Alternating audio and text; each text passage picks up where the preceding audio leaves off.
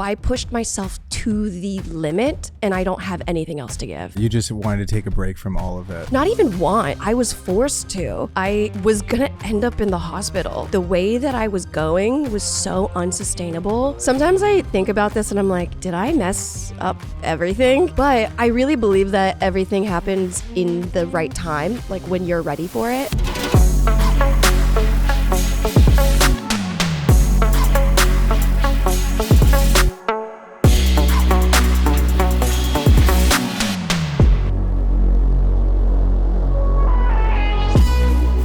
Ladies and gentlemen, welcome back to episode 145 of the 505 podcast. Today, we welcome Megan Batoon to the show. Now, she has amassed a subscriber count of over 1 million on YouTube, and she's been at this game for over a decade making videos on the internet. And from the outside looking in, her career was perfect. You know, she transitioned from YouTube to Netflix, going from social media to traditional media, something that everybody wants to do, but she became completely burnt out. So today's episode, we talk about how she burnt out and how to create longevity in the social media game. Let's get into it. Megan, I'm going to show you how to do the one-handed crack. So it's up, right?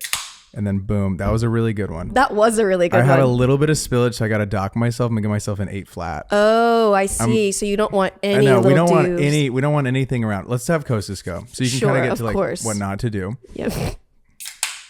What's one of his best ones he's ever done? But see, he dented it. Really harsh. Oh, okay. So he can't be above a 5, so it's gonna be like a 4.8. It's one of his. Wait, don't put your finger on it yet. So you got to like grab it, then go. Does it have to be one fluid motion, or can I like take a couple steps? I mean, yeah, you could take a step. You could like pop it up. This is my first time. Yeah, no. Okay, go. Okay. Yep, you're doing great. These are my real nails, so just hang on. This is my first. You started on the table. Wait, you gotta just lift it up. This is a lot harder. I know, a lot harder than it looks. Wait. Okay, you gotta pick it up and then you gotta go. You gotta pick it up. Yeah, because you're starting it on the table, so you'd get a 0. So you gotta like pick it up and then go. Yes. Yeah, you got it. Nice. There you go. Yes. No. Get there. Nice. This is awful. You dented it really bad. No, huh? actually, I didn't. You didn't No dent dents. it. I undented it. I saw the dent happening, And then and you I was popped like, it out. 6'4". Megan, welcome to the "That's show. it." Yeah, that wasn't a very good one. I won't lie to you. Thank you for not lying. You're right. I did have a couple false starts, and that is not fair. And that's gotta deduct you, right? Like you can't. Yeah. You know what I mean? There's no swag to it. It's like a gymnast. You know, if it's like there's a difficulty level. Like if you did a flip, I would have been like, okay, that's up to a 10 difficulty. Totally. Even though we've never seen it before. Yeah. But And you could have shocked the world. Braden really likes to be good at stuff that just doesn't really matter. Yeah, this is like my thing. I mean, you were really good at it. Thank you. had like a straight arm and everything. Thank you. Gosh, Yeah. cheers. Cheers. Welcome Cheers. to the show. Thank you. All right, Megan. So you've been around on the internet for a while, creating content for a minute, and you've built a YouTube channel to over 1 million subscribers. Mm-hmm. You then landed a Netflix show, which is incredible. And I feel like from the outside looking in, it looked like your career was like at the height, you're crushing it, everything's going perfect, but then you decide to step away. Yeah. So can you explain to us why the reason for that? Yeah. Sometimes I think about this and I'm like, did I mess up everything? But I think I really believe that everything happens in the right time, like when you're ready for it. So all of that to say, I also thought my career was really at its peak as well, or like starting. Because, you know, the whole goal, especially like being on the internet, is to be in traditional media. So when I got the Netflix show, I was like, this is like the beginning of my life. But then the higher you go, the more people have opinions. And it started to feel like everybody else had so many opinions and mine didn't count anymore. And so I just had to take a step back and be like, this is what I believe. This is what I think is right for me. And I put everything to a halt because it just felt like things were like exploding in a really fast way, which is exciting. But at the same time, it's like, I felt like I was on a roller coaster with no seatbelt. Like I was just like 100 miles an hour with like, I don't really know where I'm going. It was just like up, up, up. I didn't know where the end was. Success, there was no finish line. It was just kind of like keep going. And it was unsustainable. So I just had to stop and regroup. And you were doing the show, and then at night you would do your YouTube stuff, right? Yeah. Oh my gosh. Before the show even was shooting, I block shot like 30 YouTube videos for the whole year. I like planned them out. I've never done anything like that before. And I planned all these videos out. I block shot them. And as I was traveling on the show shooting, because it was a secret, nobody knew it at the time, then the episodes would go out. Same with the podcast. And I was just like, I felt like I had like 5 different jobs at one time. And then they all kind of came to a screaming halt when Netflix came out, because then it was just like, oh, I pushed myself to the limit and I don't have anything else to give. Yeah, you just wanted to take a break from all of it. Not even want, like I was forced to. Mm-hmm. I've never understood that it's possible for you to have stress hives, like full body reactions. I had like welts everywhere because I was just so overworked. And like, even though one person I feel like can do a lot of things, doesn't mean you should. And I was doing all of it. And what was that like with the team that you were working with at the time? Because I'm assuming there's other people that have like stake in all of this stuff, and you're like, hey, I cannot keep doing this. Like there's no end in sight here. Like what was that like? Because I think so many creators that we talk to like in this space, they deal with that just even with the brand deals, or if they're like going on a tour. In their, a DJ, it's like you deal with that type of stuff. So what was that relationship like? With the people that were helping me, people on my team? Yeah. I mean, it was hard because it's like when you feel like you're the one leading the ship, and like, when you're like a ship drowns, or I guess like goes down, the captain stays with it. And so it feels like I was making sure all of the people that were depending on me, like my assistants and my team, to make money to feed them and their families. It was just like, I don't want to be the one to pull the plug here. But at the same time, it was like, if I keep going, I'm pulling my own plug. Like everyone's going down, and I didn't want that. So anyway, I just had to let everything come to a natural end. Flag on the play. What's going on, Fig? I gotta let him know that the DCA waitlist is live. It's the first link in the description. Dude, I'm really excited to run back the Dream Client Accelerator for the second time. We want to teach you guys how to make more money as a creator, how to position yourself correctly, how to navigate sales call. What else are we going to teach them? How to price your work effectively, the pitching process, a little bit on personal brand. I mean, we're covering so much in this jam-packed 6-week cohort. Check it out. It's the first link down in the description. Let's keep going. But I feel like people also think that doing a podcast, being a host on a TV show, making YouTube videos, you just have to be in front of the camera and you're in this, you have a great personality. Like it's so easy. Like it must be so fun. I don't think people realize actually how much work goes into it. Doing just one, you're balancing so many different things. Yeah. It's an insane amount of work for anyone to do. Like, and I remember starting YouTube, I didn't think it would become what it is. I thought it was just like a nice outlet. And I did. It's interesting because like there's so many creators that I know throughout the years, and they're like, we never wanted YouTube to be a job. Like we wanted to do this because it was fun. We like loved making videos. I started YouTube intentionally as a job. And so it was always like a means to survive. And yeah, one platform, just my brain, even thinking about it, like I feel like my brain post burnout and pre burnout are two different brains. Like me even trying to conceptualize the amount of work I was doing before burnout, I feel like I'm short circuiting right now. Like it's crazy. It's so interesting to like think back to like the juxtaposition of you being in it and now you being out of it. What advice would you have to yourself now looking back at like this time period when you were going in the thick of it? Because I bet you there's so many creators listening to this that feel like they're on this ship that maybe they're like, I can't do this anymore, and they maybe have people relying on them. What advice would you give to yourself? What part of myself, like when I'm burning out or when I'm starting? I think when you're starting to burn out, like in the beginning of this, of that cycle. Because I think it's so hard to also realize that when you're in it, you're like, you know what I mean? Yeah. Well, that's a thing. Like with YouTube and the cadence of uploading of what people tell you to do, or at least when I started, it was at least weekly.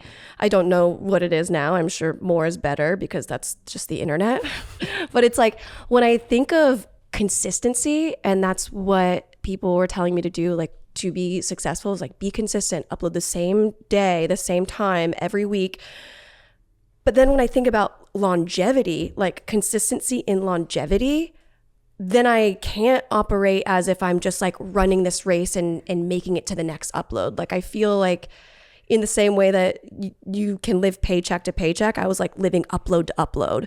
It was like I would upload one video and then maybe have a dopamine hit for an hour while I'm responding to comments. And then it would be, now what? A new video, a new thing. And I was like, this is so much. This is so much for a human to do. So I think my advice would be, what would my advice be?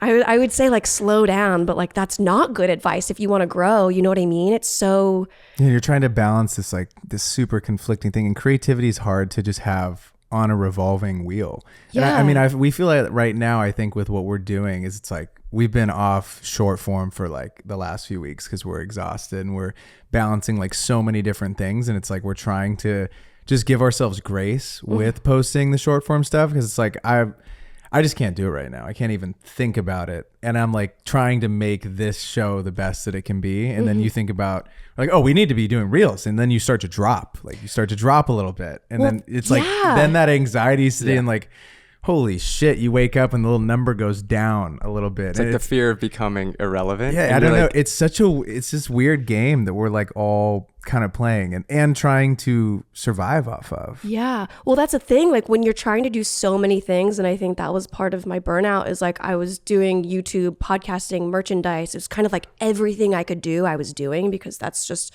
what creators before me had done. And it was like, okay, this is the blueprint. Let me follow it. But it, just like exactly what you're saying, is if you are trying to do so many different things, all of them are going to suffer. So which one is most important to you to kind of like impact the most people that you can with your specific skill set? And I really agree with like choosing like less. Less is more. That's why it's a saying. Less really is more. Yeah. Except for on the internet, more is more. We've talked about this before, but it's like the man who chases two rabbits catches none. Right. You only have a finite amount of energy that you can put into different things. And if you're trying to spread yourself too thin, one thing isn't going to be as good as it could be because you're trying to do so many different things. Was there a specific moment, after the Netflix show came out and you kind of took a moment to be like, oh my God, everything's like happening? Was there a specific moment where you realized I am super burnt out, I need to just take a step back from everything? I wish it was more my choice, but again, like I was gonna end up in the hospital. Like the way that I was going was so unsustainable. I truly like couldn't get out of bed. I had like calamine lotion all over. Like I was not okay. So my body chose the break for me. And I just kind of had to surrender into that. And that is so uncomfortable for someone like me who just loves to do a ton of things and always on the move. I've never experienced rest before.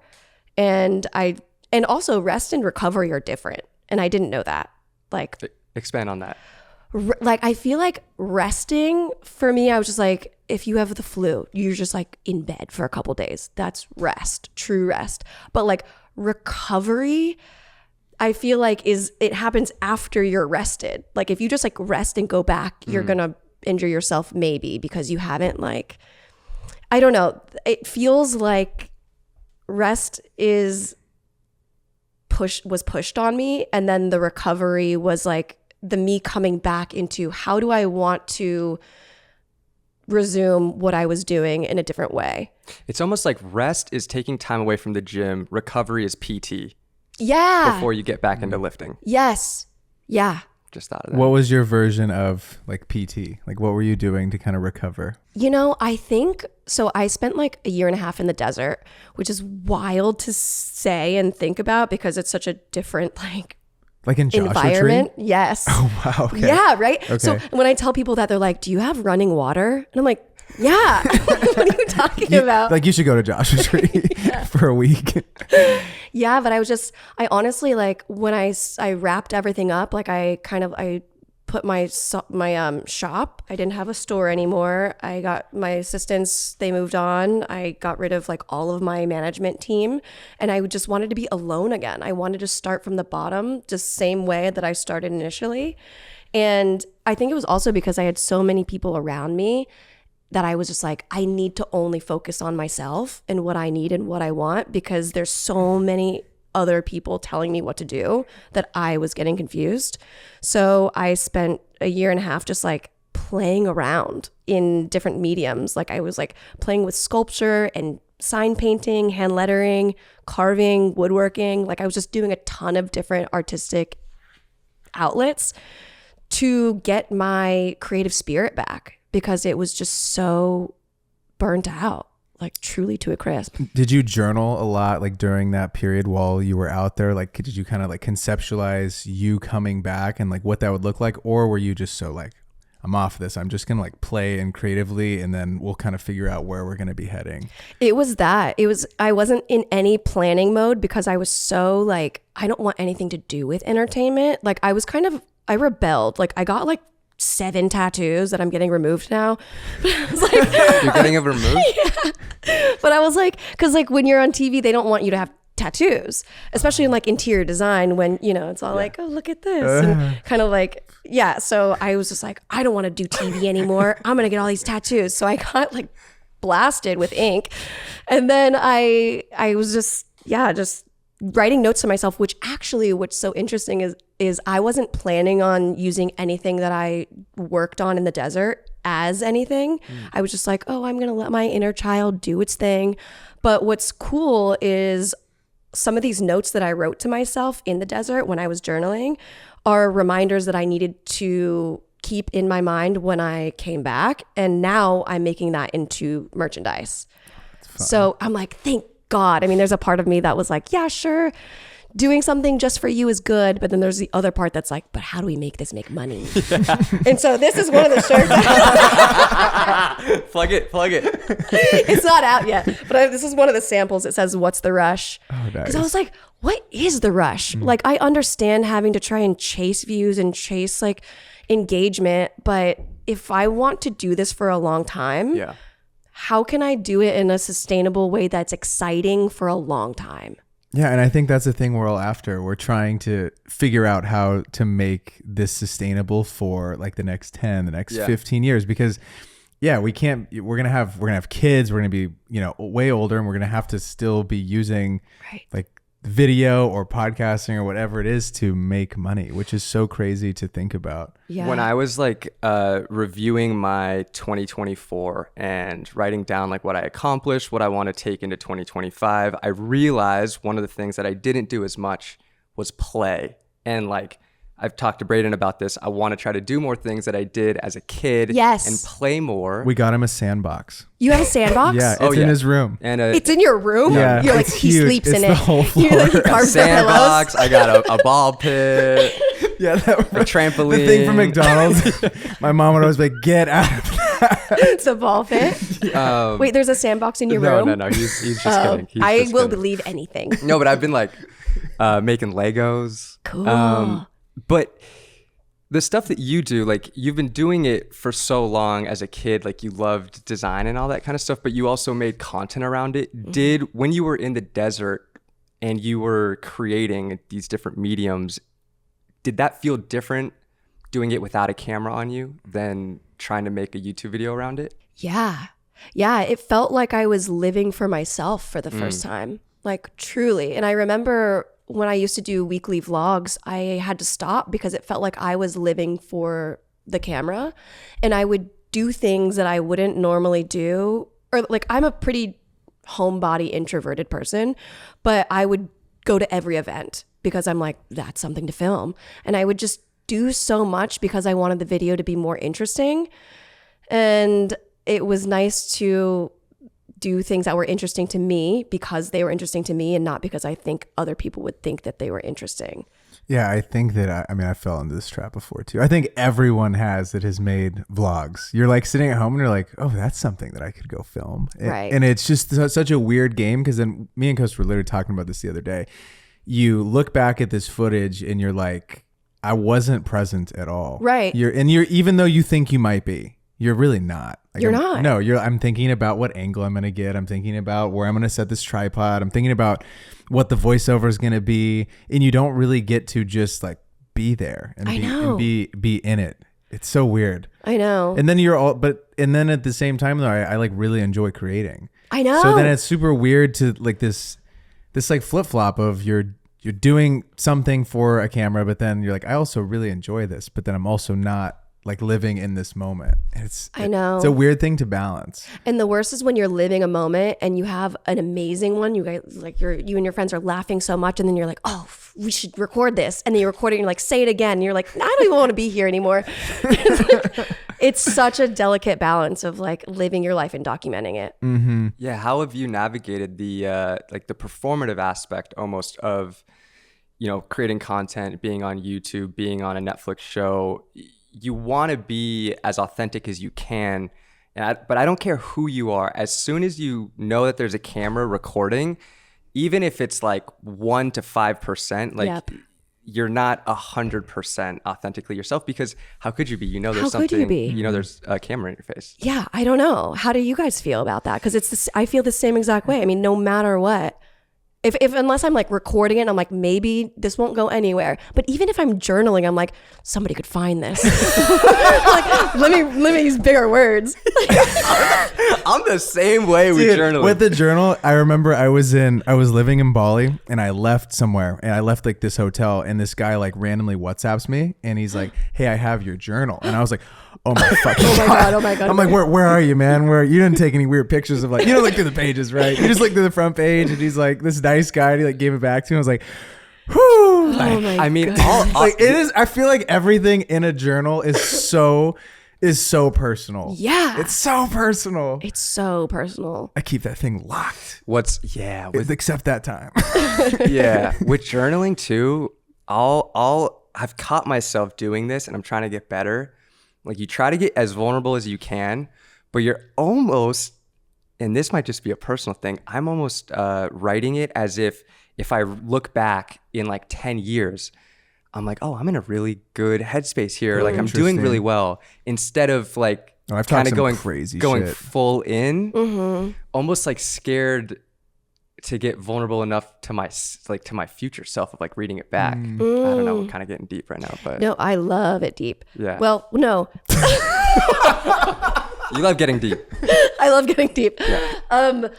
Let's all take a drink, actually. I wish this was tequila or vodka now. Wait, I have something to say. The thing that's hard with journaling for me is sometimes I feel like, especially when I get into something juicy, or I'm like, oh, somebody else could like benefit from also agreeing with what I'm feeling. I'm like, oh, I could make this into a book.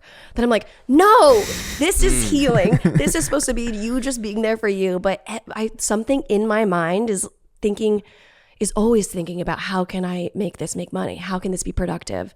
How can this build upon itself? I'm the same way. It's hard to just shut off like completely and be doing said thing and not have, that's just like, I don't know. It's just my brain though. I know. I'm always thinking about something in like, I walk into a restaurant. I'm like, how many people are funneling through this thing an hour? Like that's literally what I'm doing math on ChatGPT. What are the margins on this I'm salad? like, this thing's $28. Like, what do you think? What do you think a spicy tuna hand roll is costing? Totally. How many people are rotating through here? Kazunori, they do how many hand rolls? No, they have 24 seats in Kazunori, if you were wondering. Nice.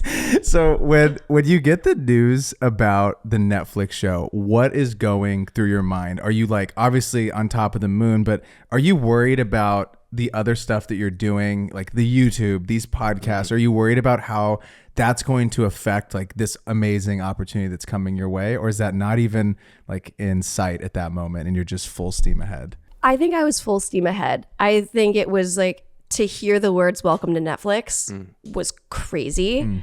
And I think that was, again, the goal. Is like, I started a YouTube channel in order to have a job, because I was at the time professionally dancing and I wasn't booking anything. And so the whole goal was like build the YouTube channel up into something to one day then be on TV. So once that started to happen, then I was just like, oh, I had already made all these other sources of revenue. Now I can't let them go dry. So then it was like, how do I keep it going while I'm doing this, my dream? One dream to the next. We have a lot in common. I was also on Netflix. What show? I have a cameo buying Beverly Hills. Did you buy Beverly Hills? No, so I bought it all. I own it. I used to do real estate video for an agent that ended up being on that show. Cool. And so I ended up being on an episode for like 5-10 minutes. You got a good few Oh yeah, seconds it on was there. like, it was episode 1. Okay, screen time. Okay, pilot. Yeah, no, it's okay. It's like, it's not a big deal. I got a ton of text messages. I was not expecting that. The Netflix effect is real. Netflix effect. Yeah. I know. I hope that's not my last time. I know, me too. I'm itching to get back on. What was the production schedule for that? Like when you get the news that like you're gonna be on the show, what then happens? It was an insane schedule. So it was supposed to be 6 months nonstop all over the world. So we would travel for a day. We would do like a location scout and then shoot and then fly to the next place. So like each location was like 3 days and we didn't have a lot of time off, but then COVID happened. So then we stopped down for a while. And honestly, I don't even know how that would have worked out. I mean, I'm not even like a big traveler before then. So it was like really taking me out of my element. But yeah, production schedule was just like you were nonstop. And then it was like it was unscripted, but then it was also the creator of the real world. So there was like elements of reality, like before and after the real cameras were up. Then it was kind of like we were vlogging all the time. So I was never really off. And that is really exhausting. Would those be like 10-hour days? And so you would be literally way more than that. Oh, way more. Oh okay. my God. Doesn't even matter. 10 hours. Yeah, that was rookie hour. That was what they were doing for buying Beverly Hills. So I was just comparing. Sure. Just comparing notes. So you would be vlogging yourself, or would you have like a cameraman that would be with you and you're like vlogging to him or her? How would that work? Is he holding the giant camera and you're like... We did that for some of the shots, but like, so if the call time was like 7 a.m. and we needed to be ready for big cameras, then we would have to get up like an hour earlier and then vlog before that. Just so we had like enough footage. That's the craziest thing about like, I've learned so much doing that show about production, about how much people are shooting and how much doesn't make it, to where now as an editor, I'm like, oh, I can have 1,000,000 hours of footage, but it doesn't even matter. It's like whatever stays in is what's important. And I guess there's like kind of freedom and leeway in that. Just like overshoot, fine. And then just use the best bits of it. Almost like a resume. You don't want to put all of the jobs you've ever done, just like the most important ones. What's interesting about the show specifically that you did is how much travel you were doing. I think on top of the grueling, 16 plus hour days, however long you were shooting, you're not even getting to sleep in the comfort of your own bed at the end of the day. I could only imagine how much more that added onto like the whole burnout of the situation. Yeah. And sometimes the bed was made of ice. Like we were in an igloo. No. Like we were in we were like tents. Like we were in the craziest places that I've ever seen in my life, which was awesome. But at some points it is like, I want some AC. And that was a 6-month sprint. Yeah, it was supposed to be, but we had a little break because of COVID. So it was probably like 3 months here and then 3 months there. So what did you learn from these differentiating styles between Netflix and like your own YouTube videos that you were doing? What's kind of the big differentiator there? Besides the amount of crew, probably. Yeah. I mean, it's interesting to not be in control. I like control a lot. And this was the first time that it was not up to me. Like I showed up on set and I did my job, and then I didn't have any say in like what the edit looked like nothing. And so I guess I think what I took from it is that it's very doable. Like it was cool because there was a production company set in place working with Netflix, but I took the fact that there's a group of people that are all good at what they're doing and they're working together to do a larger project that we all care about. So I think what I really took was just like how to make it happen on your own, which is fun as a YouTuber, which is weird to say YouTuber. As someone on YouTube, it's nice to be like, oh, I can do a show as well if I have 3 cameras, a sound person, a producer, you know, just like getting a crew together.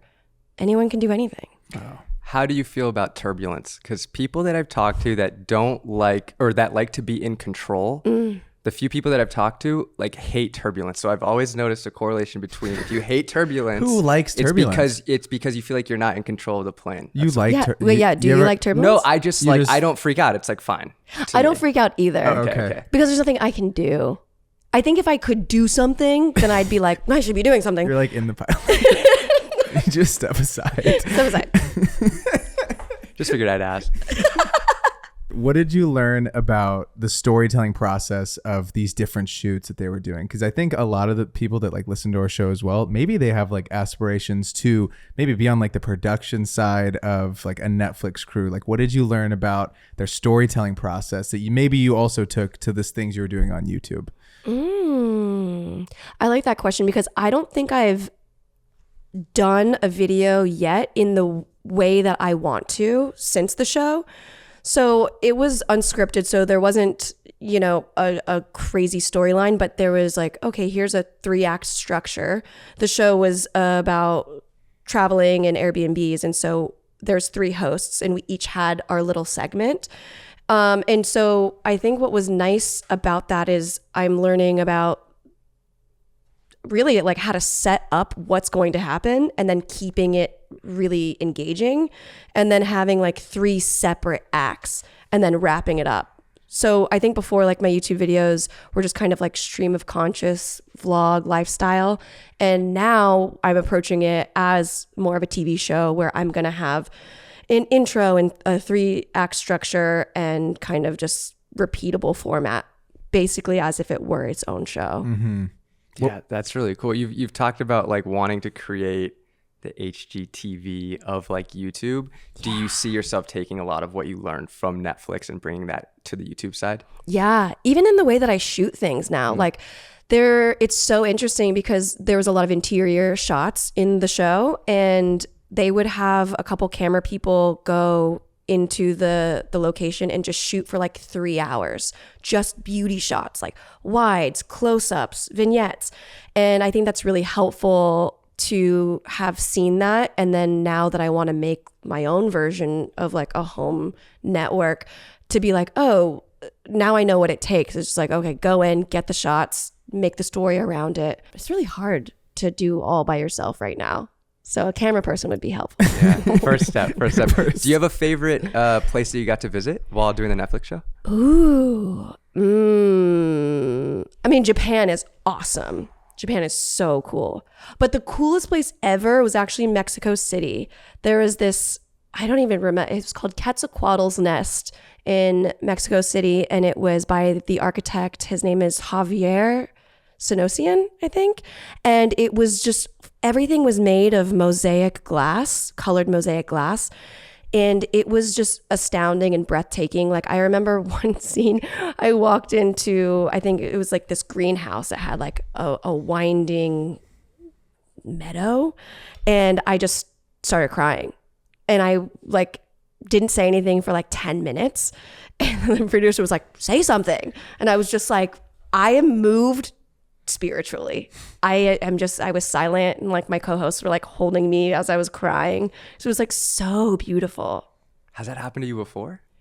Like, do you get emotional when you see really good design? Yeah, I mean, the thing about design is like it's so much more than just seeing. It's almost all the senses. I mean, obviously not like taste, but like except for Willy Wonka, like the snozberries taste like snozberries.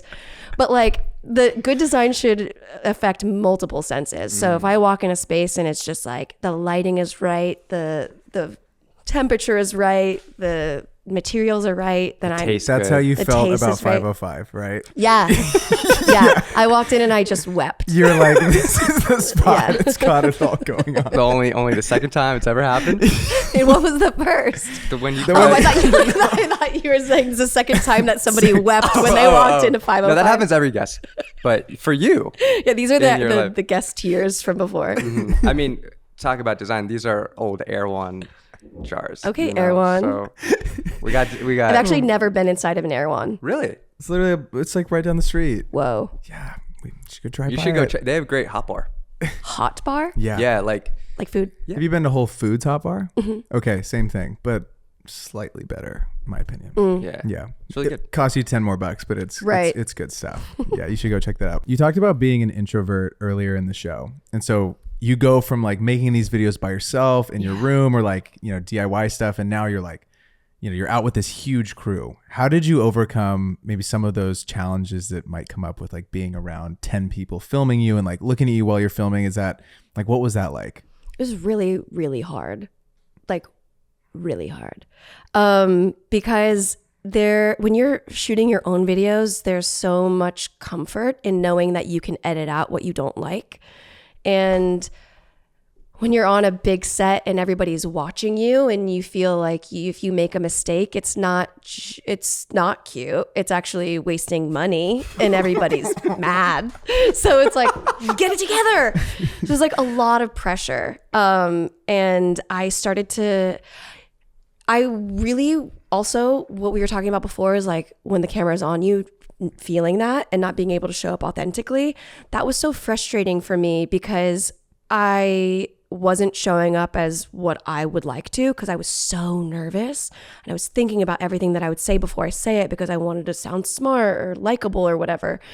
And so what I did was like I would start to wake up earlier and then do like inner work and just like be with myself in the mirror and like talk myself up and do, you know, self-affirmation meditations and listen to really uplifting music that made me confident. And I would like just pad my time, like even getting ready hair and makeup because we didn't have hair and makeup on set. So I would just give myself a ton of time to make it fun and take the time to where I was like, I feel ready. I've like prepared myself mentally and physically. And then I just hoped that it would be natural. How did you recharge your batteries after like the big show day? Like how would you go back and like, did you like to like go to the gym? Or would you just like to be like, I need to be like off social media, off my phone? What was that situation like? I wish there was time. Oh, really? There was just no time. Because also since it was a travel show, the production had to get the locations for those specific days and it's all Airbnbs. So it had to like, they had to work with the host to be like, this is the day that we're shooting and that's it. And then that was it. Like there was no fudging the schedule at all. It was like, this is when you need to be there. This is when it's happening. And that's it. So you would shoot and then they're like, okay, next city tomorrow. Exactly. Yeah. We would shoot, we would wrap at night and then be on the plane in the morning. Oh my God. The plane adds a whole other element. Crazy. I toured for about a year and a half with a DJ group. And I mean, it's late nights, early mornings to get to the airport. But there was a few times where we would just drive to the next city. Mm-hmm. And even though you're in a car or a van or whatever, it was way better than having to like go to the airport, check the bag or carry on, go through security, whole thing. It also surprises me that you are an introvert. That's what everyone says. But I think it's because you have a big personality like in your videos. Yeah. But also an introvert and recharging is like I can be extroverted on camera or in a environment where I'm with people, but then I want to be completely nonverbal and like horizontal when I'm alone. Let me get horizontal. Let me get flat. I'm the same way though. I feel like I could go out, be with a group, and I'm like, when I'm ready to come home, I'm ready to just be by myself in the room. You know what I mean? Are you more extrovert or introverted, would you say? I thought I was an extrovert forever. No. And then I like totally figured out that I'm like an extroverted introvert. Yeah, I would say the same like for I me. could go out and you'd be like, oh, he's super extroverted, but then I'm like Irish exit and I'm back. Totally. I'm back home. I feel like I'm like too almost like socially awkward to be a full-on extrovert. I'm always thinking about like what I'm saying. I'm like, I'm just being so fucking awkward right now. I need to go get flat. Like, get me out of here. If someone acts though, like I match energy. Sure. So like if I meet someone and they're super weird, equally going to be Yeah. as weird, and they'll Yeah. be like, that guy was super weird. Like that's what they're gonna think. There's sometimes you know? where I'll have like a really awkward conversation with someone and I'm like, oh my God, like, is it me? What the fuck? And then you'll have a great conversation with someone. You're like, I'm so bad. Like, We're so bad. I also feel you though, on my Netflix debut, I remember being so nervous. It's nerve wracking. Oh my God. And then I did it and I was like, what the fuck did I say? Right. Can we redo this? And then Right. there are no redos. Right. Because I'm just a background character, even though I'm like, I'm the main, I'm going to steal this show. God, yeah, I remember that. I gotta see it. I remember like cussing. If you blink, And I was like, why did I if you say, blink, you won't like, see it. why did I say fuck? I should have been chill. Oh, you cussed? Yeah, I think I was like, what's up? Like, or I was like, I was like, I think I might have said like, what the fuck is up, Ben? Or something No, like you that. didn't. Or I said, I don't know if I said what the fuck is up, but I definitely dropped an F-bomb and I think they cut it out. Obviously, But I yeah. remember as I said that, I was like, oh my God. Like, Ben's like, and then the editor in me is like, how are they going to cut around that? Right. I know. Yeah. I know. I mean, you say weird things when you're nervous. Yes. And I'm always nervous. You also, what's another different thing about the Netflix show than YouTube is on YouTube, it's just you on camera, but you had co-hosts as Yeah. well. So how was that navigating, having co-hosts? You guys obviously got to know each other pretty well, I'm assuming, over the 6 months of filming. Yeah, totally. It felt like I had gained a sister and a brother. We were so close in traveling. I mean, it's like, it was also during the pandemic. So it was like we were the only people with that experience in life, the three of us. But it was really, That's crazy. right? Because everybody was on lockdown and I was on a How did plane. that work? just private or what? No, we had so many masks, we had a COVID officer. Like it was really, we had a small crew. So I think Netflix was like, I don't even know how much I'm allowed to like say this, but No, we can cut. We can okay. cut it. But yeah, we just had like so many precautions for COVID, but we were the only show that was greenlit at the time. Oh. Wow. So yeah, we were like the guinea pigs of shooting during COVID. But it was really interesting going back to having 3 hosts and it being so different than YouTube. Is like, you know, when you're on camera by yourself, you're carrying the show. It's you. It's literally YouTube. And like, I didn't even think about that. Whoa. and with the show, it was interesting because there was 3 personalities and now you have to share the screen time. You have to, and it was really interesting to just be able to, I don't know when to talk and know when to shut up and know when to, you don't need the soundbite, you know? And it just felt like it was a lot of learning for me, honestly, to speak up more. Because when I'm around people, I can shrink because I get nervous. And it's also like with other personalities that are used to being on camera, you know, people can just like be leading. And I fall back whenever I feel like there's too much energy. And so I really had to like step up. I learned so much about myself and I like grew a lot as a person, not even like a performer, a person on camera. It was just like as a human from that experience. That must have been super nice to be able to talk to them as well. I feel like, so with Luis, he came from like a Netflix show. So did you lean on him? Like, did you get advice from him, or was he someone that you were able to talk to about like a completely new experience that you were having? I mean, it feels so like such a long time ago. He was really helpful in the sense of being present, actually. So we didn't really talk a lot about being on TV or his advice of how to be authentic or anything. What was really nice is that he lives like literally moment by moment.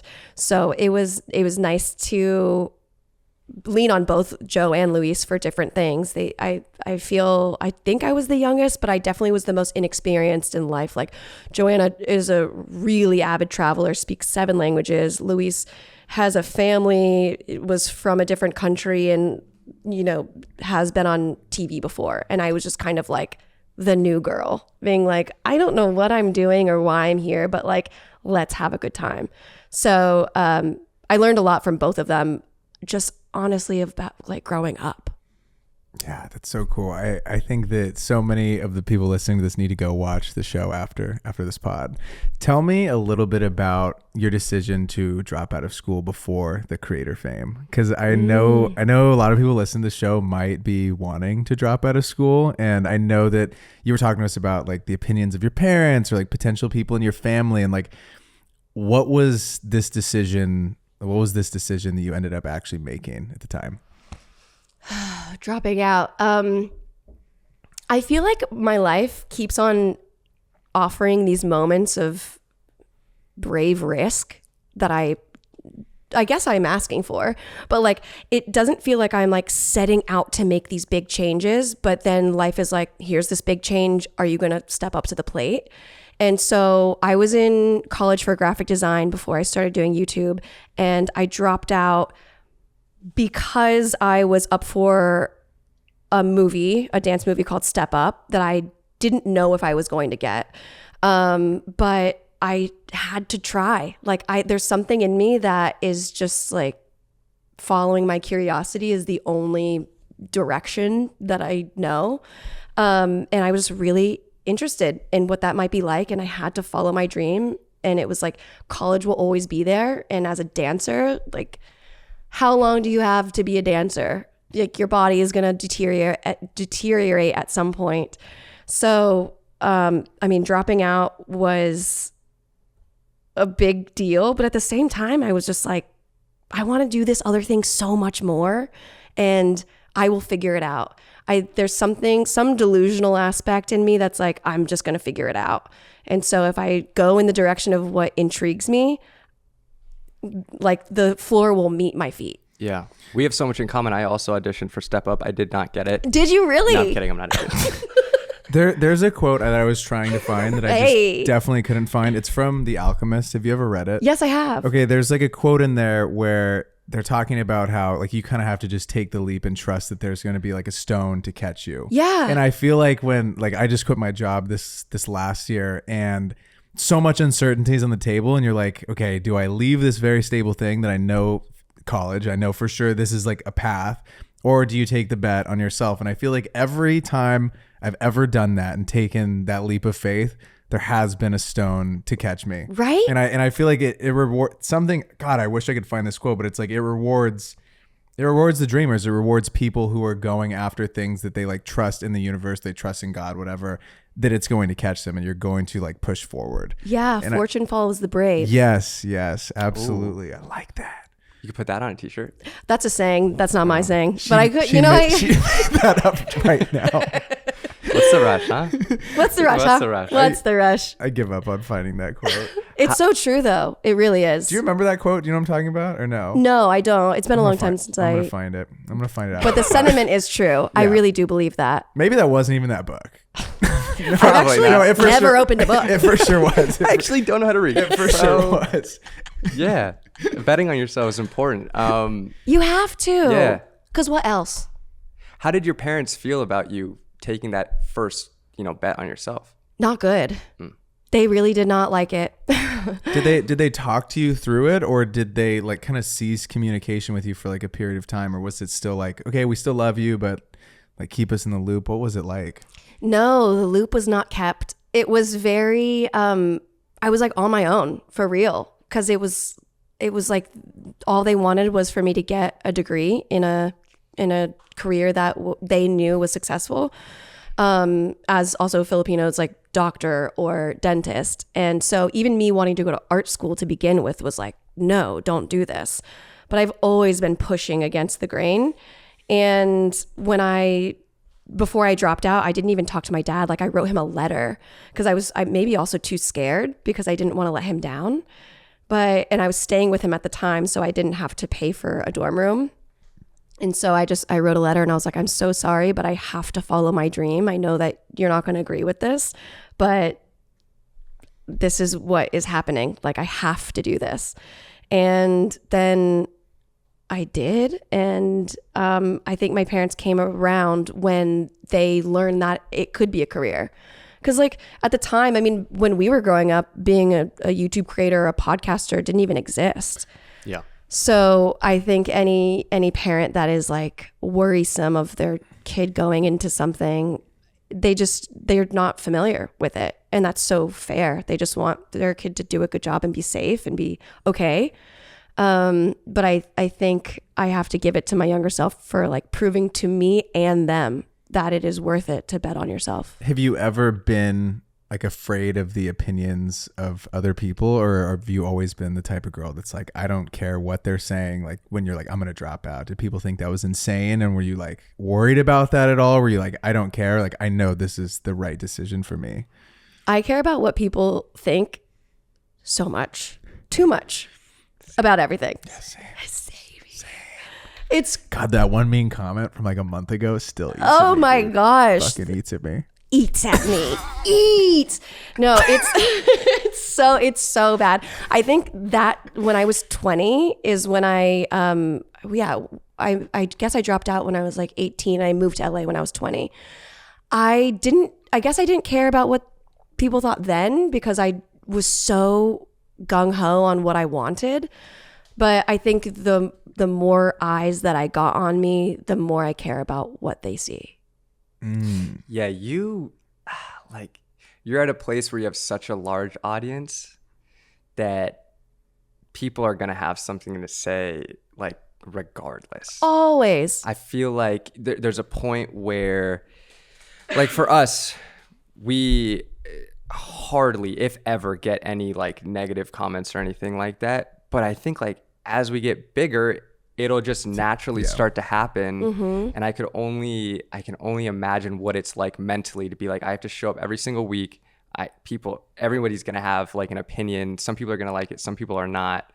You also told us that there was like some types of YouTube videos that you didn't particularly like making, but like they performed well. So it's like, do I still make these types of videos? Can you talk about that a little bit? Yeah.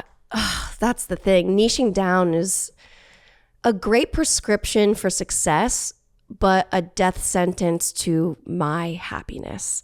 And I think I learned that the hard way multiple times over again. That is not sustainable either. Like, I understand that does well because people want to know what they're getting into. For sure, I understand that. As a person, though, I feel like we're all so multifaceted where, I don't know, I feel like niching down is a disservice to encapsulating the everything that you are. I feel like right now, too, what I'm seeing, at least from a lot of the creators that I really enjoy their stuff, they are showing like multiple things that they're interested in. And that feels exciting for, I feel like, us and a lot of other creators just on YouTube or on Instagram, because it's now people are like, I want to see multiple things. And maybe this one thing that you do does better than the other thing, but you still, like, it would just be so boring if we only made videos about fucking cameras. There's only so many videos I could make about like the camera niche. You know what I mean? Where it's like, now I feel like we're peppering in like our lifestyle stuff, or we're working or the workout stuff, or fashion, whatever, like tech, whatever it may be. And I think that's so much more sustainable. And like, even on your YouTube, do you feel like with this, like coming back to YouTube, we have different things that we're going to be seeing from you, right? It's not going to be just like one specific thing. Yeah. Talk to us a little bit about that. Yeah. Well, I think what's interesting too is like I'm approaching a familiar format in a new way that I haven't before.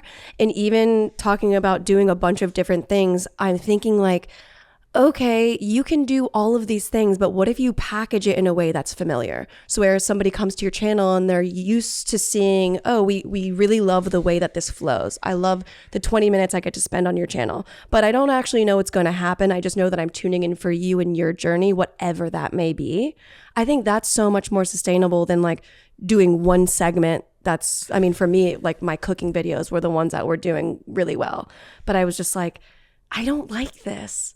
So I think when I'm coming back, it's trying to figure out what's a fun TV-esque way of doing kind of an unscripted reality hybrid YouTube show. I read a comment that was like that on your channel. Someone said like, I've been here for 10 years and I'm just here for you. And I was like, that's really cool to see people like resonating with that message. Cause I think it's like, it's the truth. You you could do anything and people find it comforting to like watch your journey. And I think about the creators that I've watched for a really long time. Do you watch YouTube as well, or no, not really? I do, but the YouTube videos I watch now are not really personality based. They're like entrepreneur forward.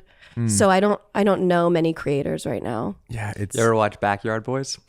No. You don't? Who's that? Dude, when you get off the pod, you should go watch it. It's this dad who just makes these like 1.5 hour long videos in the outdoors. It's fucking taking over YouTube. I'm talking like middle of nowhere. Middle of like nowhere. in He's the camping. Snow, like building a full 15 million views, turns off the comments. No, 15 million like subscribers, no comments. Yeah, they get 15, 20 million yeah, views yeah, though. yeah, It's yeah. crazy. And are there any cuts, or is it just him living? Just living life in the There are wilderness. cuts. There's cuts, but it's like It's him just like very wholesome. in like the back country of like Alaska, Yeah. like middle of the fucking woods, snowing. He's like, I'm gonna build a giant fire and cook this and like you like watch meat. you watch him like cut all the I don't know if logs it's and really your shit. style. I just thought it was funny because we've been obsessed with We've been it like lately. binging this guy's channel, and I saw on TikTok the other night someone had like clipped it, and the comments were like, "Fuck yeah, we can finally comment on Outdoor Boys." And they're like, I know it's getting late when I see Outdoor Boys pop up. It was like 2 a.m. when I was watching. I'm like, I need to go to bed. Dude. It's also one guy. It's Wait, not and a so you group. like it because it is It's just so so- far away from what you Yes. do? Yeah, it's so wholesome, and it's just like very. It's not so all this it's so against YouTube. Like yeah, like I feel like the Interesting. quick cuts, the craziness is like still so prevalent. Right. And if someone isn't excited within the first like 20 seconds, they're going to click off, which is frustrating, I think, also for us because Yeah. we like the beautiful shots or whatever. And like, so do so many people that make these videos and work so hard on making YouTube videos. And then to think like, wow, I got a little squirrel brain person who just clicked off and just destroyed my watch time. Yeah, I don't know. It's very just like, let's go. Like finally. I know. So the stuff you're watching is more entrepreneur based and Yeah. Who do you watch now? Who do you enjoy watching their stuff? I mean, I guess the last video I watched was by Matt Davella. Matt D'Avella. oh, Yeah, he's yeah. great. I like He's Matt's great. stuff. But Yeah. he just He came does. back. He does slower stuff too. 'cause He does. He had a baby and he left for a minute. Yeah. Did you his new video of him like coming back that was crazy because he was like super burnt out, the baby. He was at tip top. He had the two Netflix shows. He had the Minimalist one, Oh, Minimalist yes. two. Yes. But yeah, he had a baby and he was like, my baby wasn't sleeping and I was like a mess. Are we thinking about the same person? yeah. Yeah, right? Yeah. He said it was just like he's like I couldn't do this. I couldn't even imagine. No. No, it's so unsustainable. I really want there to be like a show about burnout. Like that was like the biggest scare to me. The reason why it took so long for me to even take a break is because I had seen creators that came before me stop posting. And then when they tried to come back 3 months to a year later, there was nobody there. And it was like the kiss of death of a YouTuber to just stop posting. And that's the fear was what was keeping me going, which is not good fuel. Yeah, not good fuel at all. Not good fuel. And now, do you feel just so refreshed? Like, what is the business side of what you do? Because after talking with you on like our pre-show call and stuff, it sounds like you really love entrepreneurship. You're super into like building these different businesses and kind of seeing like the future of what this channel could be. You know, what are you putting your eggs into right now? Like, what are these different baskets in your life? I think some of the eggs are the same as before. It's just a more roomy basket. Like I feel like before I had like a basket with like 7 eggs, which were like different revenue streams of what is typical for a creator. But I feel like now I've chosen the ones that align with my like inner child's creativity. Like I remember the first big purchase I made was a camcorder from Walmart. Like I didn't have enough money for it. And my stepdad was like, okay, I'll pay for the tax if you save up for the camera. So like I was making stop motion videos with my little camcorder. So I was like, I've always liked making videos and I've always liked making things with my hands and designing. So I think right now the two things that I'm pushing forward is merchandise but elevating it instead of just kind of, I mean, I feel like even before all of my drops have been pretty particular because I'm particular.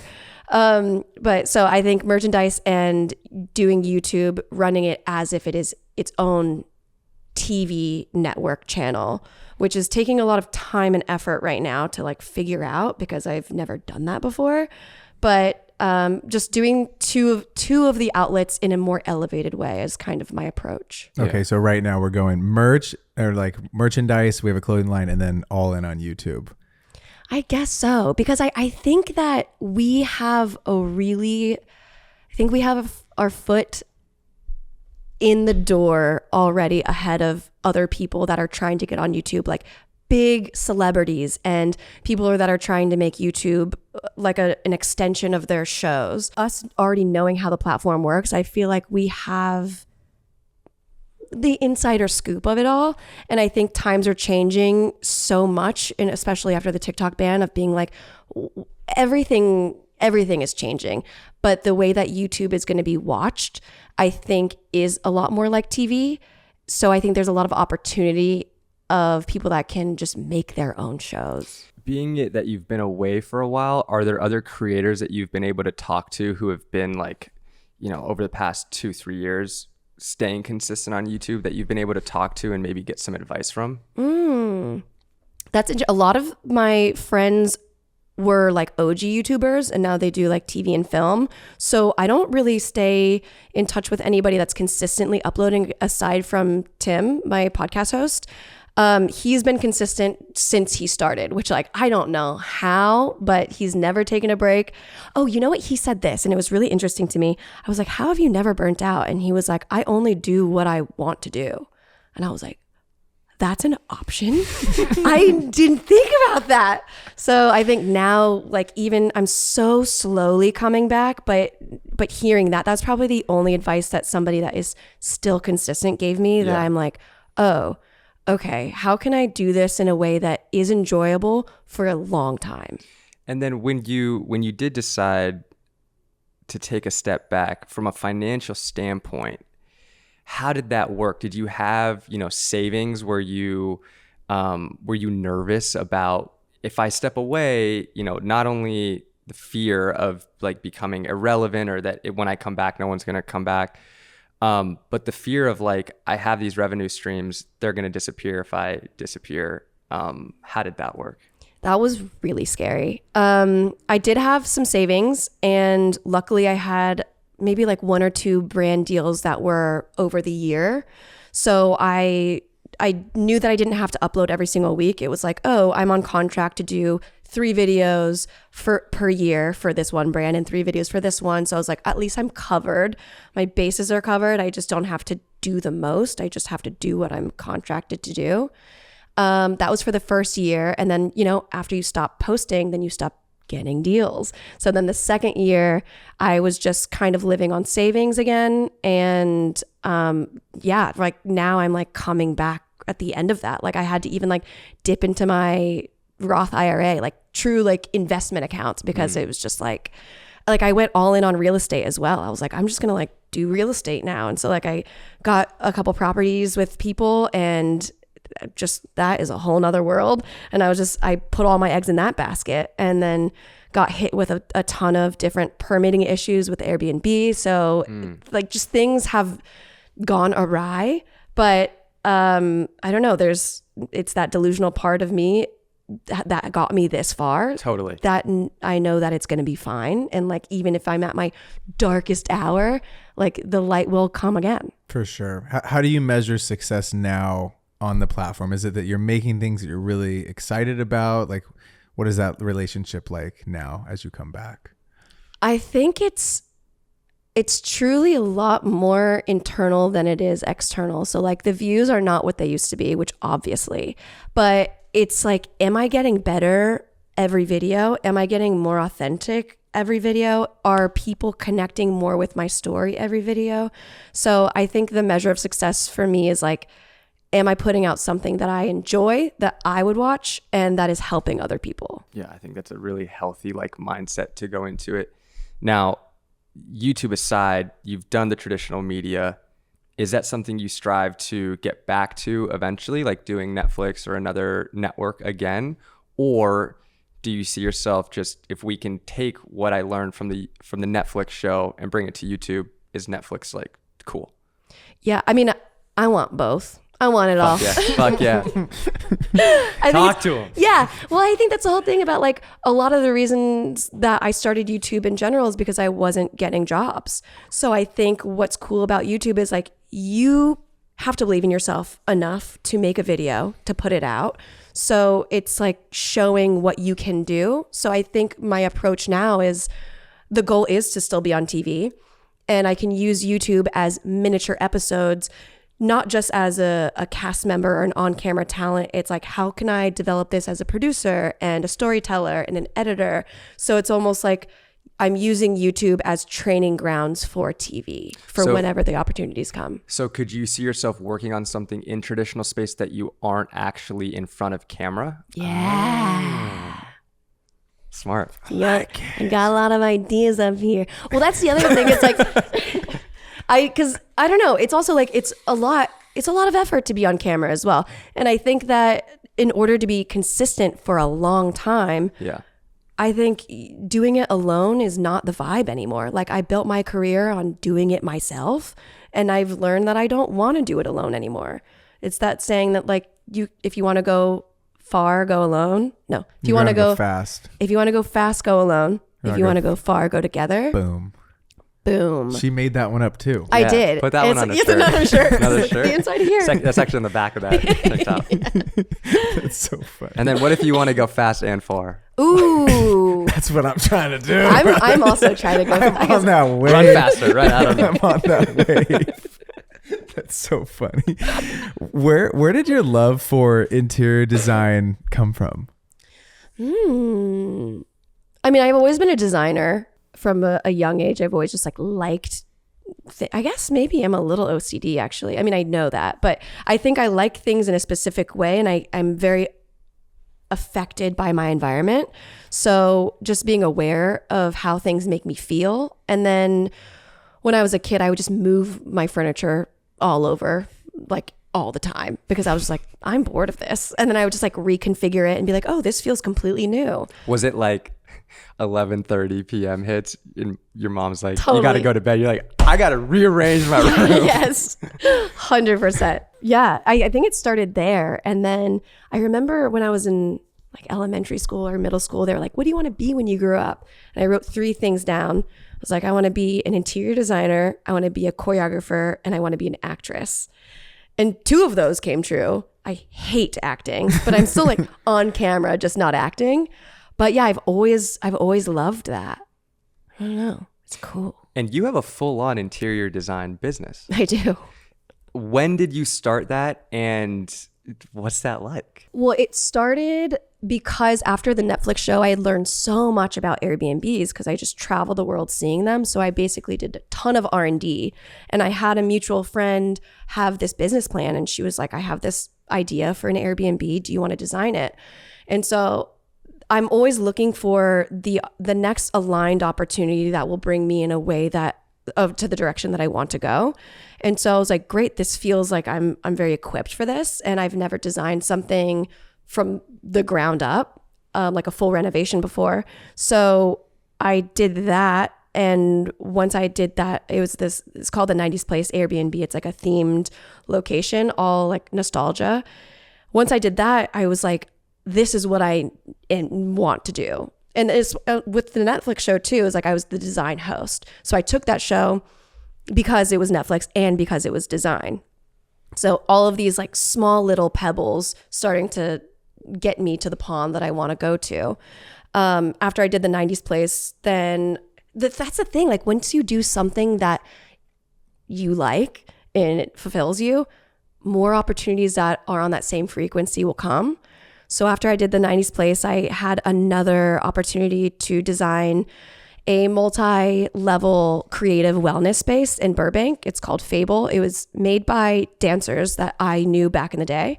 Actually, the owner of it, I met on Step Up. So like my life is just like full circling. Everything is like coming together. So after that was my first like real design job.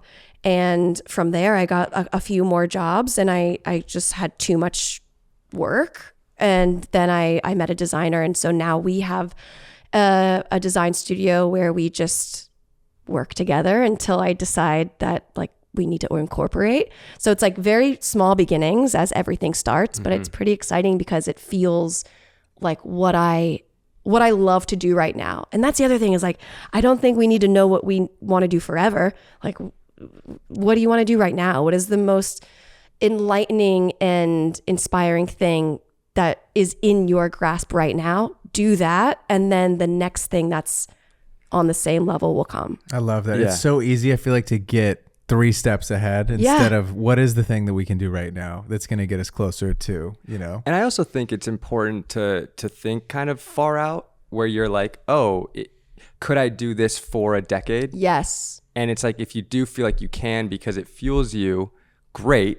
But things change. In a decade, you might not still be doing the same thing, but just having the foresight to be like, am I enjoying this now? Could I see myself doing this in the future? Great. Yeah. And everything builds upon each other. Totally. Like when I was dancing, I never thought I would be making YouTube videos. When I was making YouTube videos, I never thought I would be interior designing. But it's all, again, like everything compounds, and the skill sets you learn from one medium can be transferred to the other and help you build in whatever way you want. Like, I truly think that anything is possible. Yeah. What's a common interior design mistake that you see people making? Like maybe having a gear rack that needs organized or don't look at it. Look at us. Please look at it. Stay right here in the pod. What's something that you see, like maybe a little mistake that might help people or help us? I think, do you like our plants? I do thriving plants. Thank you. I've been taking care of them really well. I bought this light. See, I bought that. Oh, nice. This is a black olive tree. You might want to put this, maybe you put this in one of your homes or something. Well, just take that same one. Yeah, this is the real deal. Don't know how much space you have in your car. It's living. I'm very proud of taking care of it. As you should. Thanks. Taking care of living things is very difficult. I was like killing this one, and I was telling the people a few weeks ago, I was like, this one was quite pricey, and sure. And then all the leaves started to fall off because I was overwatering it. So I asked ChatGPT to help me, and so now we're getting back on the right track. But Thank God for chat. I know. God. Have you done the thing where you can video turn on your camera on ChatGPT? And do what? I can show. I literally showed it the plant. And I was like, "What's going on with the plant?" It was like, "You're overwatering It's crazy. it. It's insane." And we'll show you. And you can like change the voices, and it literally sounds like a human. It's still kind of AI, but it sounds like a human. Yes, it's talking back. Pretty to crazy. I've changed the voices. I call chat Daddy, my boyfriend. Nice. With all my friends. Nice. I haven't talked to him in a while. We're fighting. We're on a break. We're on a break. Okay, so an interior design tip. Interior design tip. I guess the one thing that I think a lot of people don't know is like your couch shouldn't be on the wall. Looks at the couch. It's against 2 walls. We were trying to break 2 rules. Not only 1 wall, but it's just like if you have a few inches of space in between the back of the couch and the wall, even though you think that, if I'm making more space by really pushing it up, it feels like there's more breathing room and it feels a little bit less. Okay. I'll write that down for my next spot. Yeah. This is a lost. Give me one more. Here's the other one. No big light. No big light, right? I didn't know. No big light. Little lights. But anytime you have a rug, if you have 2 legs of furniture on the rug, that is good. Anytime rug placement is really dicey for some. Okay, 2. Okay. Heard that. Like have the front legs of your furniture on your rug. Touching that rug and then the rest yes. Like overlapping. Okay. Okay, good to know. Yeah, I feel super locked into those. Yeah. Locked in. We had a rug. We actually had to throw it out because we have dogs and stuff happens. Yes. Sure. Yeah. Say no more. Yeah, you know how it goes. Okay. I want to ask you about how you said your environment affects your mood. Yes. Okay. Do you have a happy place? And expand on that a little bit, because I also feel like sometimes with what we do, I'll be in the house a lot and editing behind my computer, and sometimes I'm like, I'm tired or I'm not feeling that good, and then if I go for a walk, I get out of my environment, my mood changes. Or if I go to the beach, I'm like, oh, this feels great, I love being by the ocean. I notice a lot that my mood is definitely affected by my environment. So do you have like a happy place, and like where do you like to be? I guess my happy place would have been my house in the desert. I had like this art studio that felt extremely personal. Right now it's a rental, so it doesn't exist anymore, sadly. I guess my happy place, this sounds so like she's an overworker, but probably my creative studio in my house. It's just the colors do a lot for me. It's really like bright and yellow. There's a lot of movement and wood. I have skylights. So even skylights. A skylight would do this place we need wonders. That. Yeah, we need that. And then we could get more plants. Yeah. You and these plants. But natural light. I'm on a huge. plant kick. I got a bunch of. Did you see the bonsai trees outside? I haven't. We'll go take a We'll look get at there. those. Yeah, We'll get take to a the look at those. bonsai. One step at a time. One plant at a time. We'll take a look at those later. Okay. What's Dude, I told you got to stop overwhelming the guests with the plants. Dude, I know. What's a dream project that you want to work on? Oh, can we all answer this question? Yeah, Sure. I'm down. Yeah, that'd be fun. Okay, cool. A dream project that I'd love to work. I mean, I would love to have my own design show on any network. Netflix would be great just because there's already a line open there. And I also think that streaming platforms are a little bit more with the times than like cable, but I'm not saying no to cable.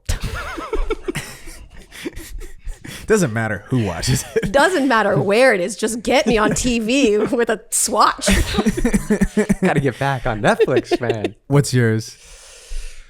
Ooh, okay. Dream project. Dream project. Okay. I've been watching a lot of Porsche content and commercials, and I'm really getting into vintage Porsches, and I've realized that is like my dream car. I would love to make a Porsche commercial. Cool. Or I really want to get more into the travel content space, and so I think working with specific hotels, Yes. merging the lines between like travel influencer, content creator, and like proper production. Yes. But I think it'd be so cool to like see the world, go to really cool hotels and make video content and photo content around that. Oh, I like that. And then also pair that with like my favorite type of photography is landscape and travel. Cool. I feel like my happiest when I'm exploring a new city or country and just walking around town with my camera. Yeah. So getting to do that more. Yeah. That is so doable. I love that for you. Thanks. It's easy. I got to step it up. Too easy. No. Could do that this year. You can do that today. Yeah. Today. Wait. Why didn't I think of that? Yeah. Oh my God. My dream project. Wait, what? My dream project. No, I should just go make a Porsche commercial tomorrow. That's what I'm saying. Yeah. What am I doing? Yes. You don't need permission from anyone to do anything at any time. Yeah. You have the skill Yeah, set right. and everything that you need already. Whatever is in reach, your arm will get there. Okay, I'm gonna change mine then because I think I can. No, not Stupid. change it. No, Yeah. but I think I can merge them. Okay. I think I could incorporate a Porsche into a really sick hotel commercial type of situation campaign. Cool. Yeah. Okay. Love that. We got there. Okay, my dream project. I want I've been working on this documentary about my family's racehorse business, and it's gonna be under 40 minutes because I heard from a friend that if it's over 40 minutes, I compete with like really big budget docs. So I'm gonna go like 39, 40. Love it. So we're Love gonna it. go with like the littler budget docs, but I'd love this doc to be on some sort of streaming platform. 'Cause Totally. I'm very excited about it, and it's gonna be maybe done in March. We're gonna do a viewing in like a theater, which is very exciting. So You're more than welcome to come. yeah, you're more than welcome to come. Please. It's But- actually really cool. So his family trains quarter horses.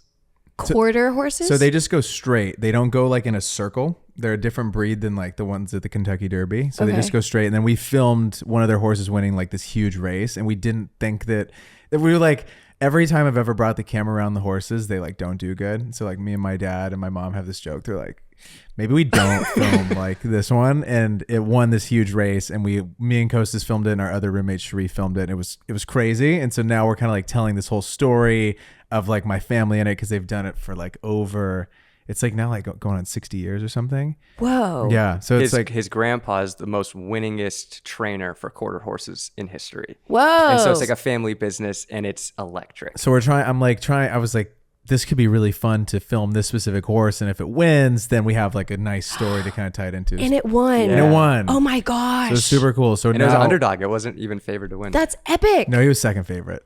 Well, dude, I know. Come but on, I know. hype it up. I know. But it wasn't the favorite. Wasn't the favorite. You're right. Wasn't the favorite. Second Win. favorite. But Win. hopefully we can. I want this to like go on a network of sorts when I'm done. That's my goal. Wait, what was the hardest part of making that documentary? The hardest part of making the documentary was getting this damn horse to win. What in your control was the most surprising? We love him. It wouldn't have mattered if he won or not. It was just really crazy that he won. I think it was just fun to have all of us go film the horses because it's so.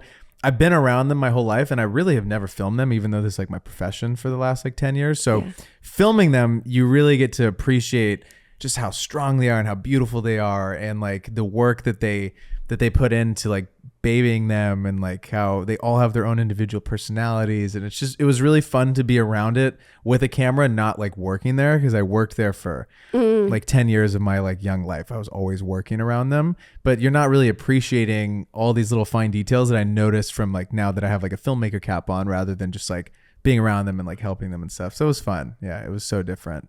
Okay, back to you. This isn't about me. Okay, I have a fun question. While we're on fun questions, what is your favorite thing you've ever thrifted? Ooh. Because you thrift a lot and do DIY. Yeah. So what's your favorite? Like, what's your best and favorite thrift find? Oh my God, that's a fun question. Fuck yeah. What? Yeah. What is my favorite thing that I've ever thrifted? Well, it's not quite thrifting, but Facebook Marketplace, so secondhand. But I have this beautiful table in my creative studio that is incredible. I don't even know how it made it up the stairs, but like I have done so much great work on it. It's very special to me already. So probably that. Fun. Yeah. I consider Facebook Marketplace like a form of thrifting. Yeah. Somebody owned it before you. Yeah. That's some of my favorite content actually on TikTok. We were talking Facebook Marketplace finds? There's an account that I just found actually, and this girl, she will just get stuff for free off Facebook Marketplace or find something that is just beaten and she completely redoes it. And I'm like, that I could never. That's awesome. Yeah. No, seriously. No, me neither. Yeah, I couldn't do it. No chance. I look at those and I'm like. See, I look at something and be like, that deserves to be in the trash. And then somebody else is like, I could do something with that. Yeah. Like, that's not me. Yeah. Do you feel like you have that? Like, do you see something and be like, I can do something with that? Yeah. It's just the amount of work of doing it. So it's like, I will always be driving down the street. I have like a joke with my friend. We wanted to make a show called Pretty Good Trash. It's like, we would find stuff on the side of the road and like flip it and then give it back to the people that put it out. But that's kind of fun. Yeah. I like that. But then it was just like, oh, this is so much work to like have to do. And then I don't know. Your friend just needs a truck. You get a truck. There was some like, we put some really nice pieces outside of this apartment. Nice. Yeah. We had 2 fake plants before. Like you that we've gotten rid of? Yeah. Like consoles and stuff. Like I feel like outside of this place with gold. You would have had a field day. Yeah. You would have done the show just off of our apartment alone. That's so funny. So tell us about this new podcast you're starting with Tim. What's it about? So it's advice again. So my first podcast was called Just a Tip with just me. And it was, I think I did it for like 3 or 4 years, which is crazy to think about. But again, in not wanting to do things alone.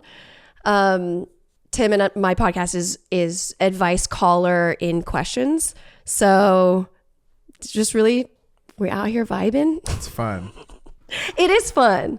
It is fun to work with somebody that I've worked with over the years in so many different eras and also has been there before me. Like he was like the generation before I started YouTube. I actually met him on an internet reality show and he kicked me off. No. That's crazy. Yeah. Like a Jubilee kind of situation? Wait. Yes. He kicked you off like you got like you can't be on the show anymore, or it was part of the show to like kick somebody off? I was the one that did not win the challenge of this one episode, and he was the one to be like, Megan Batoon, you are no longer with us. Oh my gosh. I didn't know if this was on camera, off camera. Like came to you, like he kicked you off. No. You're done. Yeah, that was the first time we ever spoke. Is he canceled me on the show? That's so funny. You guys have great chemistry though. Thanks. Yeah. Thanks. I'm gonna have to submit some stuff. So yes. I need some advice. Don't we all? On all sorts of stuff. Yeah. Okay, this year, what do you feel like you're trying to work on the most? I feel like you've transformed a lot and you've been through so many different like phases of your life. In this new year, what is something you're trying to work on? Personally or business? Let's go both. Yeah, but it was more so personally. Oh, was it? But now I'm kind of curious about the business stuff. Business-wise, I'm really trying to understand how to merge traditional TV and YouTube. Cool. I'm really trying to crack that format. And I don't watch a ton of YouTube anymore, so I don't know if anyone's doing it. But I have a lot of writer friends who write for TV, so they're helping me out with storyline arcs, formats, and like how this can go over multiple seasons. So I'm really just trying to like take their industry knowledge and then filter it through what I know about YouTube. So that's the goal. It's taking forever, but it'll get there. That is what's the rush? What's the rush? What's the rush? That's what I'm saying. I heard that one time. The rush. Stuck with me. The rush is the money needs to come. Yeah. The income is the rush. Feel that. But that's the other thing when I'm like, I think of like movies that I love to watch again and again that were made in like the 70s, or even like some of my choreography YouTube videos. Like, you can take the time to make something great because you can only make it once, like that one specific piece, and that can last forever. So you're right. What is the rush? Last question. This. Yeah, the paper. No, and then personally. Oh yeah, personally.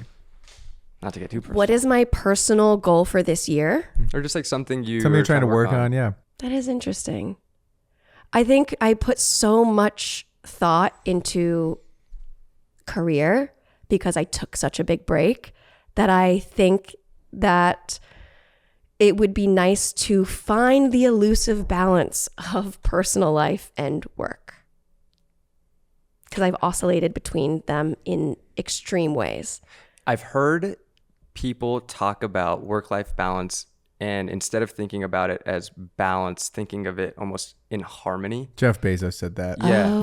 Or juggling. I also heard juggling. I knew a close friend of mine was Sure. Yeah. I was talking to Jeff, and he was giving me some advice. But I think it's hard to balance because it's like some seasons of your life call for more work. Yes. And some call for more rest and having that harmony and balance. But I think that's something we're all looking for. Yeah. Here's a question for all of us. Oh yeah. Because you asked me like, what do I want to work on? But I'm like, oh, what can YouTube work on?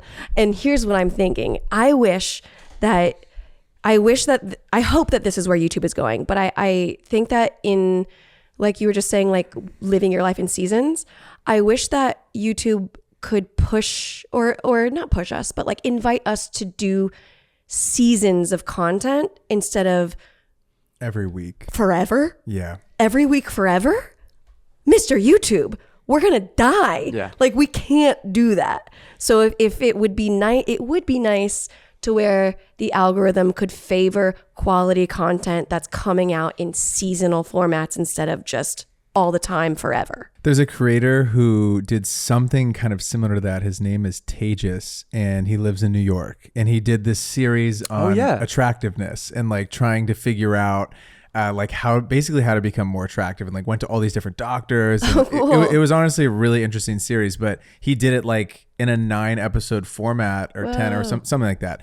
And I've never seen that done before on YouTube. Yes. And it was really good. And it was honestly, the videos did super well, and they were really high quality, and had like, you could tell he had like a great storyteller. He's also a really good storyteller, but it was a unique series that I feel like I hadn't seen on the platform before. Yeah. Has he posted like since? I don't know, but I do know that the series did really well, and it did perform well for him. It was a series. Yeah. Okay. Might be worth checking out. Last one for you. What is some advice to your 18-year-old self? If you could go back and talk to 18-year-old Megan. 18. Mm-hmm. I mean, a rebel. She was already doing whatever she wanted. So the advice I would give to her would be, maybe start the YouTube channel sooner. Start the YouTube channel sooner. That might be it. Like, honestly, it's interesting because I feel like everything that we do brings us to where we are. So I don't think I could be like, make any different decisions. I think it would just be like, make the same decisions that you made, just make them quicker. I love that. Ladies and gentlemen, this has been episode 145 with Megan Batoon. If you're still here, please hit the subscribe button, leave us a comment, drop us a like, and we'll see you all next week. Peace.